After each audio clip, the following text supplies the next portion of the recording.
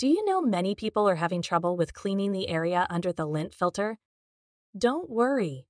In this video, we'll show you how you do this. Let's start. Step 1. Pull out filter. Gently pull the lint filter out of the slot at the bottom of the drum to access the area under it. Step 2. Remove lint buildup. Remove the accumulated lint from the area under the lint filter, ensuring to clear any lint buildup and debris. Step 3. Extract stuck pen.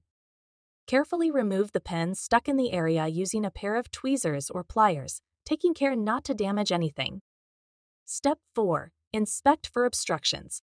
Inspect the area to ensure it is completely clean and free of any obstructions. Step 5. Reinsert lint filter.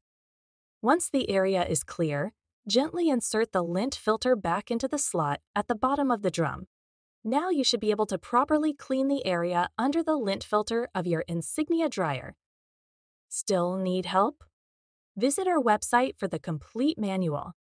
There you will also find questions and answers from other Insignia users.